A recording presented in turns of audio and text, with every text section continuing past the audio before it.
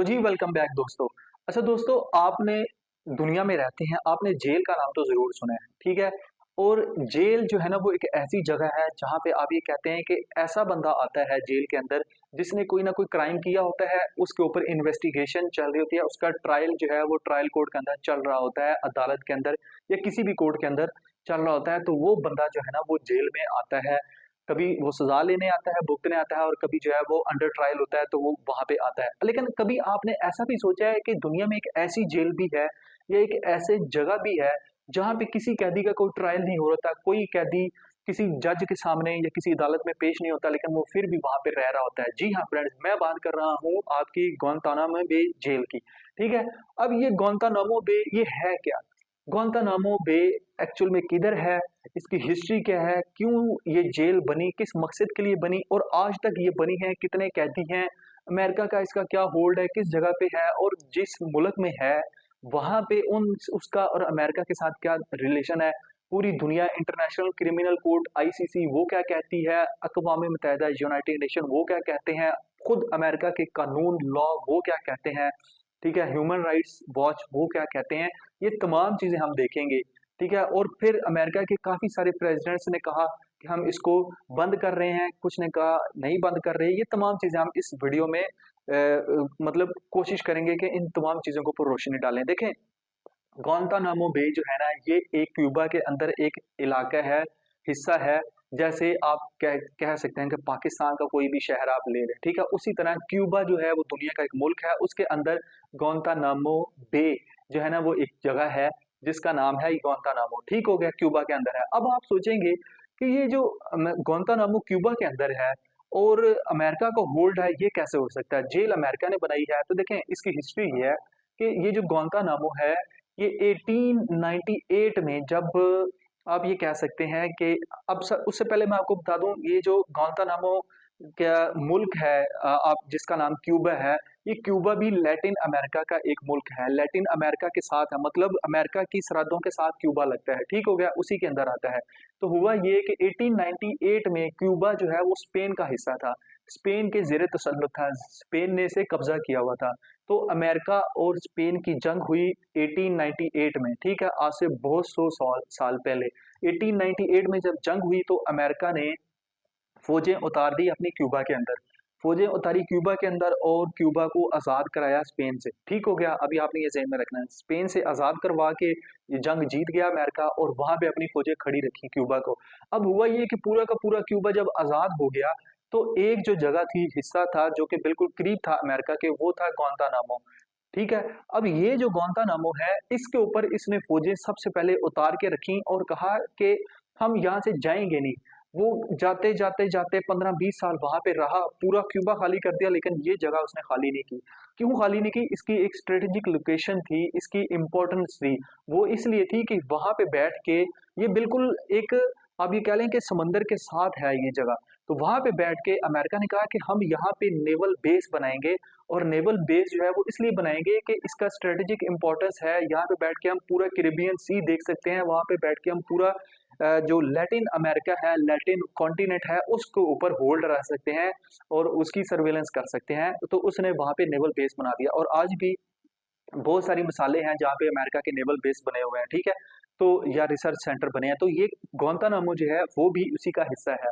Guantanamo में जब America ने फौजें उतारी, जीत गया जंग और फिर जो है ना वो काफी क्यूबा खाली कर दिया, लेकिन ये जो ग्वांतानामो है इसके अंदर इसने नेवल बेस बना लिया। अब वो नेवल बेस क्यों बनाया? इसका एक ना अमेरिका और क्यूबा के साथ एक मुआहदा हुआ जिसको बोलते हैं प्लेट अमेंडमेंट। ठीक है, 1903 में, 1903 में। उसके अंदर अमेरिका ने कहा कि जब तक हम नहीं चाहेंगे, मतलब हमेशा के लिए हम यहाँ पे अपना नेवल बेस बनाएंगे और अगर क्यूबा जो है वो हम इसको लीज पे हमारे से ये लेगा, हम इसको किराया देंगे और हमेशा के लिए देंगे और हमारी मर्जी होगी, हम इसको जब छोड़ेंगे, क्यूबा हमें फोर्स नहीं कर सकता और हमारी मर्जी है, हमारा इस पे कंट्रोल है, क्यूबा का इस पे कोई कंट्रोल नहीं है। ठीक है। 1945 में जब क्यूबा के अंदर फेडरल कास्ट्रो के थ्रू जो है ना वो यहाँ पे इनकलाब आया, रेवोल्यूशन आया, तो जो फेडरल कास्ट्रो था उस टाइम क्यूबा का सीएम या प्राइम मिनिस्टर या प्रेसिडेंट, उसने कहा कि हम ये क्यूबा सॉरी प्रेसिडेंट से जो अमेरिका है उससे अपना ग्वांतानामो बे खाली करवाएंगे, लेकिन वो आज तक खाली नहीं करवा सके क्योंकि वहां पे अमेरिका का कंट्रोल है और प्लेट अमेंडमेंट जो है वो उसको रोकती है, रिस्ट्रिक्ट करती है कि वहां पे क्यूबा कुछ भी नहीं कर सकता। ठीक है, क्यूबा ने हर जगह जाके दरवाजा खड़काया है कोर्ट का, आलमी अदालत का, कहीं भी, लेकिन उसको अमेरिका के सामने पस्ती ही सामने आती है क्योंकि अमेरिका साहब बहादुर है और वो उसको खाली नहीं करा सकता। अब उसके बाद फिर हुआ ये कि जब ये अमेंडमेंट होगी, प्लेड अमेंडमेंट होगी, उसने कब्जा कर लिया, तो तब से आज तक 2025 तक जो है ना ये कब्जा अमेरिका का चलता आ रहा है। क्यूबा के अंदर जितनी भी गवर्नमेंट्स हैं वो ये कहती हैं कि हम खाली करवाएंगे, लेकिन वो खाली नहीं करवा सके क्योंकि वो लीज है, किराया देता है अमेरिका क्यूबा को। ठीक है, अब ये तो क्लियर हो गया। अब फिर एक वक्त आता है दुनिया में जिसको बोलते हैं 2001 या 9/11। ठीक है, 9/11 2001 में टेररिस्ट अटैक हुए अमेरिका के अंदर। अमेरिका के अंदर जब टेररिस्ट अटैक हो गए तो वहां पे दो जहाज टकराए वर्ल्ड ट्रेड सेंटर के अंदर। वर्ल्ड ट्रेड सेंटर पे जब जहाज टकराए, पूरा अमेरिका के और दहशत गर्दी फैल गई, और वो जिन्होंने धमाके किए, तबाह किया ट्रेड सेंटर, वो अफगानिस्तान के लोग थे, तालिबान थे। तो अमेरिका ने इसके रिस्पांस में, इसके रिजल्ट के तौर पे अफगानिस्तान के अंदर तालिबान की हुकूमत खत्म की और सारा का सारा तालिबान जो है ना वो तबाह करके रख दिया। ठीक हो गया, पूरा का पूरा अफगानिस्तान इन्होंने तबाह करके रखा। जब तबाह कर दिया तो फिर वहां से कुछ कैदी पकड़े, वहां से कुछ अफगान तालिबान बड़े बड़े दहशतगर्द पकड़े और उठा के वो जो है वो ग्वांतानामो बे ले आए। इसकी वजह क्या थी? इसकी वजह ये थी कि अमेरिका कहता था कि इन्होंने हमारे मुल्क पे हमला किया, और जो जॉर्ज बुश था वो कहता था कि हम इनका तहस नहस कर देंगे। तो वो किया उसने अफगानिस्तान का। जब उसने किया तो फिर उनके जो कैदी थे, जो दहशतगर्द थे, नई टर्म एक डिवाइस हुई दहशतगर्द, एक होता है जंगी कैदी, वो जंगी कैदी नहीं थे। अमेरिका कहता है ये जंगी कैदी नहीं है, जंगी कैदियों के हकूक होते हैं, दहशतगर्दों के कोई हकूक नहीं है। तो वो कहता है कि अगर हम इनको उठा के अमेरिका में लेके आएंगे तो अमेरिका की सरजमीन पे, वहां पे इनको कोर्ट के सामने पेश करना पड़ेगा, जज के सामने, अमेरिका के अंदर अमेरिकन ह्यूमन राइट्स उनके कानून लगेंगे, तो ये बच जाएंगे। हमने इनको बचाना नहीं है, हमने इनको खत्म करना है, सजाएं देनी है, ये दहशतगर्द लोग हैं, ये जंगी कैदी नहीं है। ये कॉन्सेप्ट था। तो इन्होंने उनको अफगानिस्तान से उठाया और उठा के गुआंतानामो बे जेल 2002 में बनाई और वहां पे ट्रांसफर कर दिया। और पहले जहाज में अमेरिकन एयरफोर्स का जहाज गया और वहां पे 20 कैदियों को लेके गया, ट्रांसफर किया। ठीक हो गया। ये वहां से 2002 से जेल नेवल बेस के अंदर इन्होंने बनाई गुआंतानामो बे, जो कि अब जेल भी बन चुकी है। ठीक हो गया। अब मैं आपको बताता हूँ कि इसका कंट्रोल किसके पास है। इसका टोटली कंट्रोल अमेरिका के पास है, इसकी बाउंड्री हर चीज अमेरिका के पास है। और वहां पे तकरीबन आज तक 800 कैदी जो है ना वो एक अंदाजे के मुताबिक उन्होंने 2002 से 2025 तक रखे हैं। और इवन कई पाकिस्तान की जो एक कैदी है डॉक्टर आफिया सिद्दीकी, वो भी उसी गुआंतानामो बे जेल के अंदर है। और बहुत सारे ऐसे लोग हैं पाकिस्तान के अंदर जो वापस भी आ चुके हैं। 800 कैदी में से 500 कैदी रिहाई पा चुके हैं, 200 कैदी जो है ना वो मुख्तलिफ मुल्कों में अपनी सजाएं काट रहे हैं, अमेरिका ने भेजा। और अभी तकरीबन 40 के करीब कैदी ऐसे हैं जो कि गुआंतानामो बे के जेल के अंदर भी अभी सजा काट रहे हैं। वहां पे डिटेंशन सेंटर के अंदर जो है मुख्तलिफ किस्म की सजाएं देती दी जाती हैं। अगर आप डॉक्यूमेंट्रीज पढ़ें, वीडियोस देखें, तो आपको उससे पता लगेगा कि वहाँ पे आपको स्नो बोर्डिंग, फिर वाटर बोर्डिंग, उसके बाद मुख्तलिफ किस्म की सजाएं दी जाती हैं। आपके एक कमरे में छोड़ दिया जाता है, वहाँ पे स्पीकर बजते हैं, आपका कान, आपका नर्वस सिस्टम, आपकी साउंड, वो हर चीज खत्म हो जाती है। आपको अभी कह सकते हैं कि वॉशरूम में सुलाया जाता है आपको, मतलब कि ना कपड़े आपके उतारे जाते हैं। अब आपको ऐसी ऐसी सजाएं दी जाती हैं कि आप जो है ना वो सोच भी नहीं सकते, इमेजिन भी नहीं कर सकते अगर आप लोग ये वो डॉक्यूमेंट्रीज देखें जो कि इंसानियत सोच सलूक होता है। इसके ऊपर पूरी कम्युनिटी का क्या रिस्पॉन्स है इन इन जितने भी इस डिटेंशन सेंटर के ऊपर। इस डिटेंशन सेंटर के ऊपर देखें, अमेरिका का मेन मोटो क्या था कि हमने इनको दहशतगर्द समझा है, ये फौजी कैदी या जंगी कैदी नहीं है, तो इनके ऊपर दुनिया का कोई कानून लागू नहीं होता।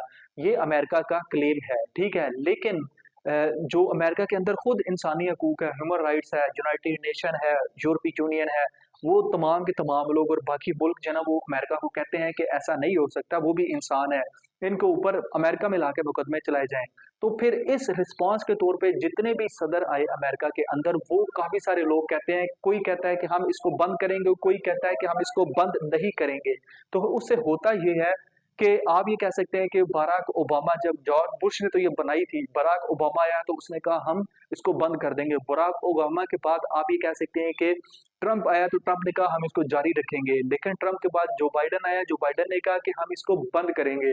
लेकिन उसके बाद अब दोबारा ट्रंप आया तो ट्रंप ने दोबारा यही कहा है कि हम जो है वो इसको बंद नहीं कर सकते, यहाँ पे दहशतगर्दी रखेंगे, क्योंकि जो बाइडन ने एक दफ़ा इसको बंद करने की कोशिश की और बराक ओबामा ने भी, तो इसकी जो कांग्रेस है अमेरिका की, उसके अंदर से ही अपना जो ना वो इतनी रिस्ट्रिक्शन आई, लिमिटेशन आई कि लोग इसको कहते हैं कि नहीं बंद होना चाहिए, क्योंकि यहाँ पे अगर इनको हमने छोड़ दिया आज, ये जेल बंद कर दी, तो फिर जो है वो ये दोबारा अमेरिका के अंदर दहशतगर्दी करेंगे, जो कि आज अफगानिस्तान में फिर से हो रही है।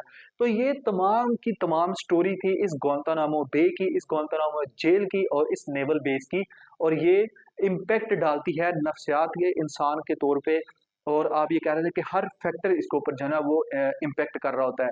तो अपनी फीडबैक, अभी जो करंट स्टेटस है मैं आपको बता रहा हूँ कि वो ये है कि गुआंतानामो बे के अंदर सिर्फ 40 कैदी हैं, जिनमें डॉक्टर आफिया सिद्दीकी भी यहाँ पे मौजूद है, बहुत सारे और भी कैदी हैं।